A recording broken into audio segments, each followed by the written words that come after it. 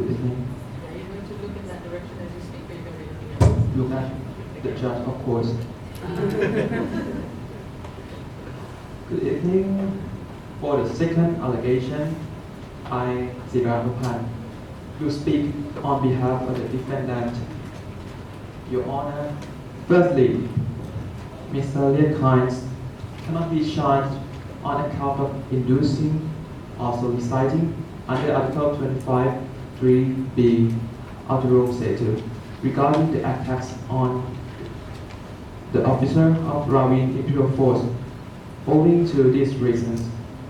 Firstly, the TFRA attacks against the officers of the Imperial Force cannot be qualified as a war crime under Article 8(2)(e)(ii), considering that the elements of war crime under Article 8(2)(e)(ii) are the attack against a person or other things using a distinctive emblem or other similar methods indicating the protection under the Geneva Convention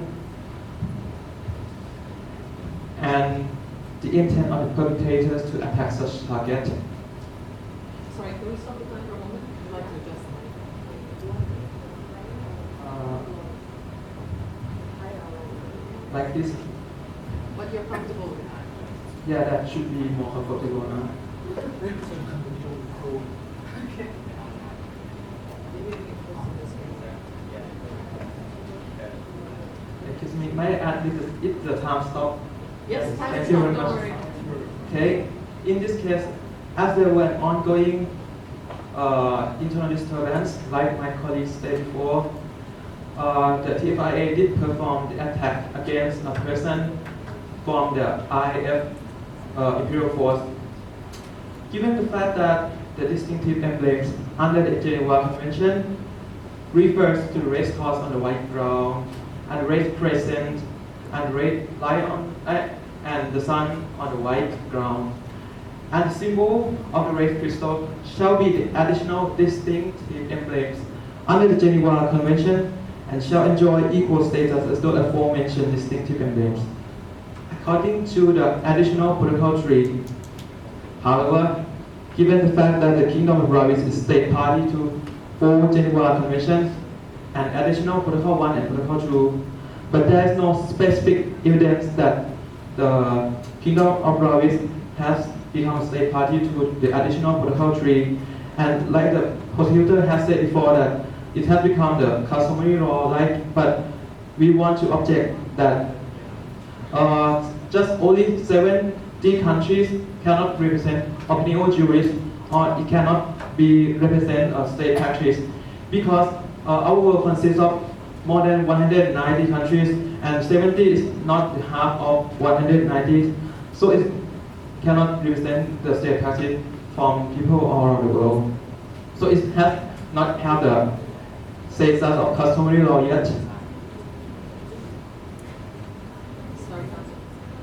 Sorry, Councillor, just one question. So are you stating that 70 countries are not enough to be considered as customary law about the emblem, the recognition of the emblem? Yes.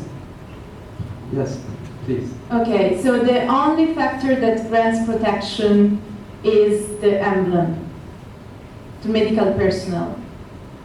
It's one of the factors, but it's not all. It's not all factor.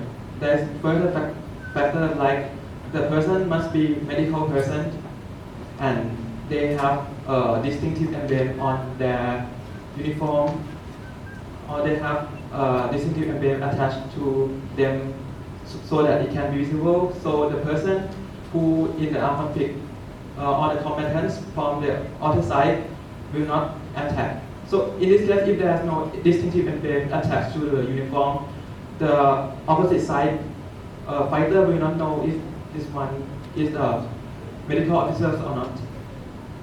Okay. Thank you very much. Might I proceed? Yes, please. Sorry, we have One more question. Okay. So you said without the emblem, that person would not be protected, Yes. but that person Well, he or she is doctor, no? So he or she should not be attacked. Yeah, I would like to proceed that. Moreover, such officers were not medical officer for my regard because the IHL merely rule to protect the medical officer, but itself does not don't tell how who is the medical officer, but it must be determined by their actual act. In this case, such officers who were attacked produced gold pills to enhance the ability of the fighter in the internal disturbance, and it's against the intention of the international humanitarian law, which is to ameliorate, which is to soften the devastating result of the war, but the gold pills deteriorate the result of the war by enhancing the ability for the fighter to last longer in combat because they're less prone to exhaust. So in this case, it's not the humanitarian function, so the officers who create gold pills were not medical officers. Sorry, Counsel, if I may. You said that because they were distributing the go pills, therefore they were no longer medical officers. Is that correct? Yes, I'm strongly sure about that. All right, so if you have a medical officer who is now, as you said, enhancing the capability of participation in the hostilities, can you attack that medical officer without warning? Because he's distributing go pills? I think if answered from common sense, I think the combatant from the other side would not attack the medical officer, but from the law, it's true that they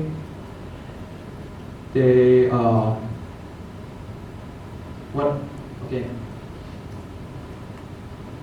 Yeah, they can be attacked according to the law because such officer has participated directly in armed conflict, which means that they lost their protection as civilian or medical officers according to the international humanitarian customary law.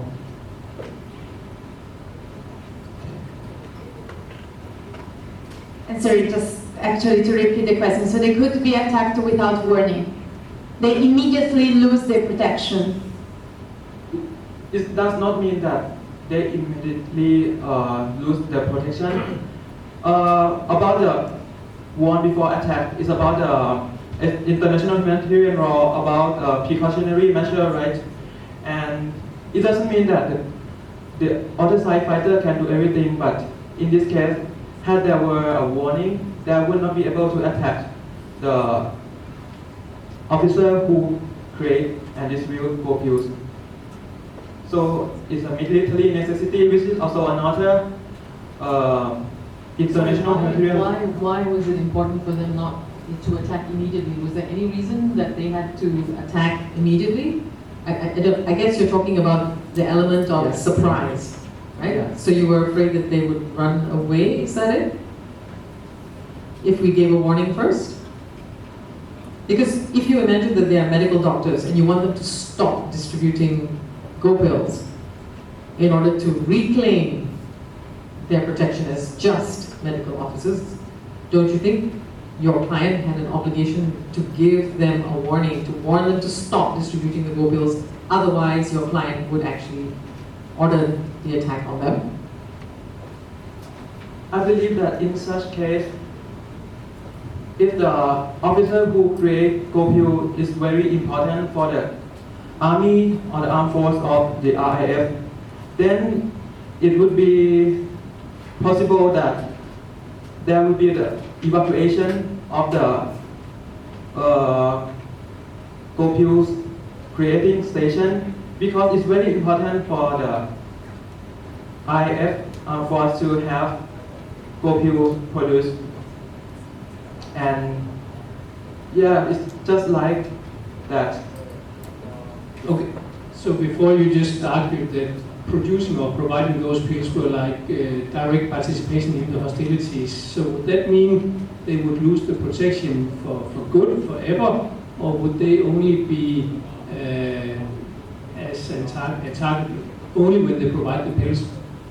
Since direct participation, it's only when you do actually participate in the hostilities. So losing protection forever or just being a target while they provide the pills, that's more like, I think, the distinction. For me, they will not lose their protection forever. But once, and it has to be for a while, that they have stopped or ceased to participating directly in the armed conflict, which is, in this case, is internal disturbance, then they will have their protection back. Perhaps we can hear you on your third count. Third count. As for count 3, I will continue speaking for the defendant, Peter Hamilton.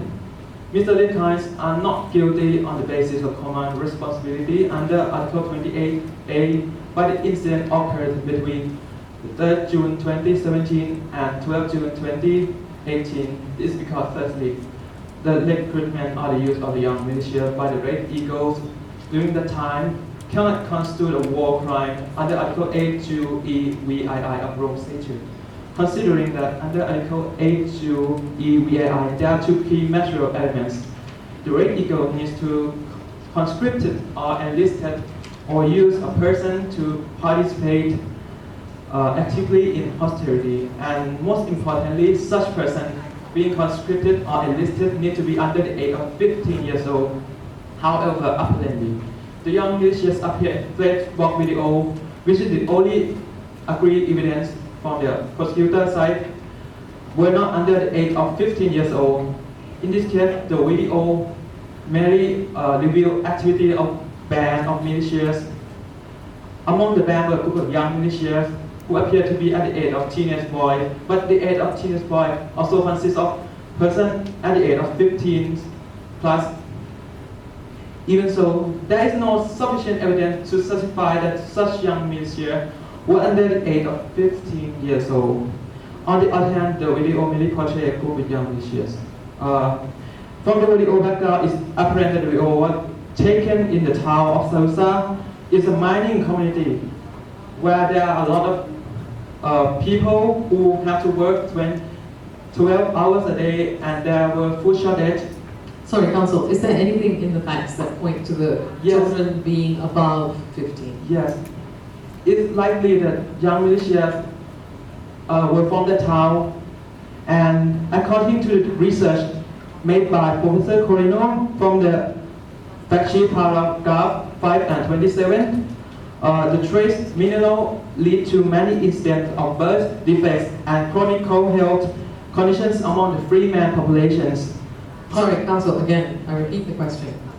Is there anything in any of the paragraphs of the facts that says that the people who were recruited, the children that were recruited, were above 15 years of age? There's no paragraph, Okay. but it's just implied that Implied from what? Are you saying possible. it's implied from the video? Because that's what prosecution is saying. Prosecution is saying from the video we imply that they are in fact under 15. What you are telling us from the video we imply that they are above 15. So what is this bench supposed to do? I say that the video was not imply anything like that, but the latter thing that I would like to explain more is that the trace mineral in that area has led to many incidents of birth defect and chronic health conditions among the freeman populations. Consequently, it is feasible that the young militias appeared in the video were suffering from growth defects so that their appearance or their height could not indicate their actual age. Very well, please proceed.